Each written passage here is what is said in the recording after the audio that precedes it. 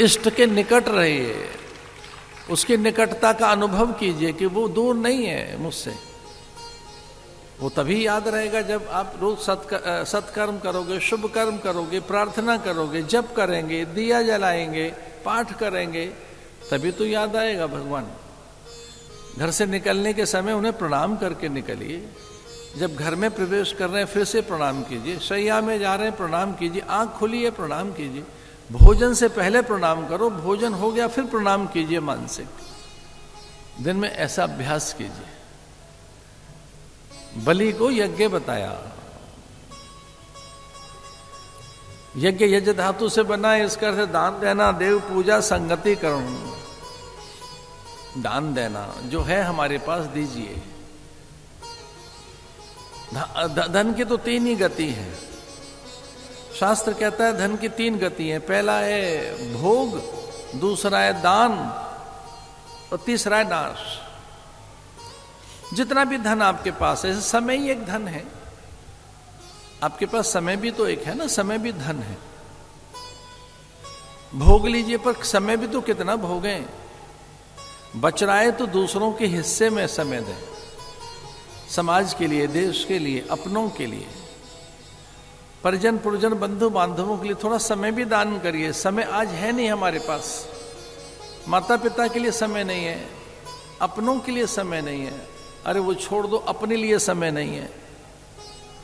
हमको पता ही नहीं समय का दान कैसे करें, समय साधन कैसे संभाल कर रखें, अपने द्रव्य कैसे संभाल के रखें।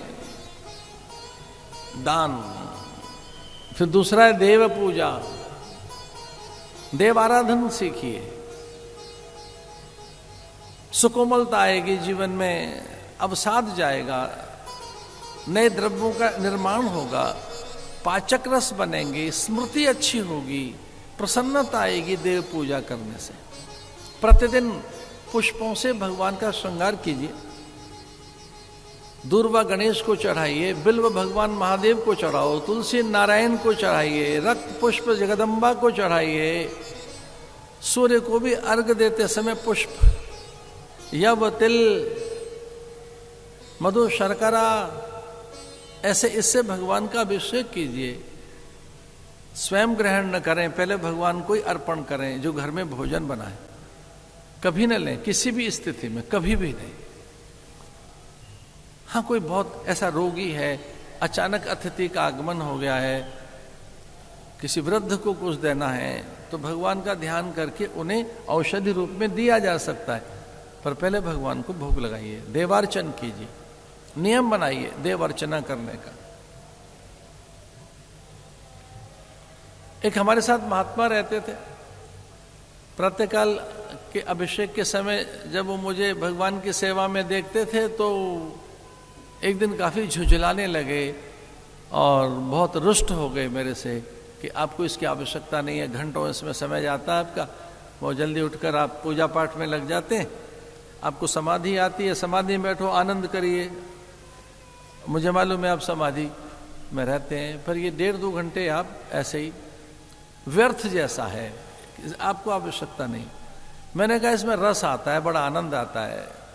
उपासना करेंगे, अभिषेक करेंगे, भगवान की सेवा चर्या सपरिया में जाएंगे तो भोर में शैया त्याग होता है, स्नान हो जाता है, व्यायाम होता है, प्राणायाम होता है, शुद्धि होती है मन और शरीर बुद्धि की, और एक अलग रस आता है।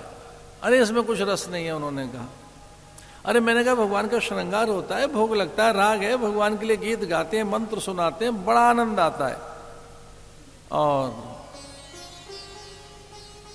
वो कुछ महीनों के बाद हमारे से निकलने लगे तो हमने ऐसे एक प्रतिमा उनको पकड़ा दी, ऐसे ही लीजिए।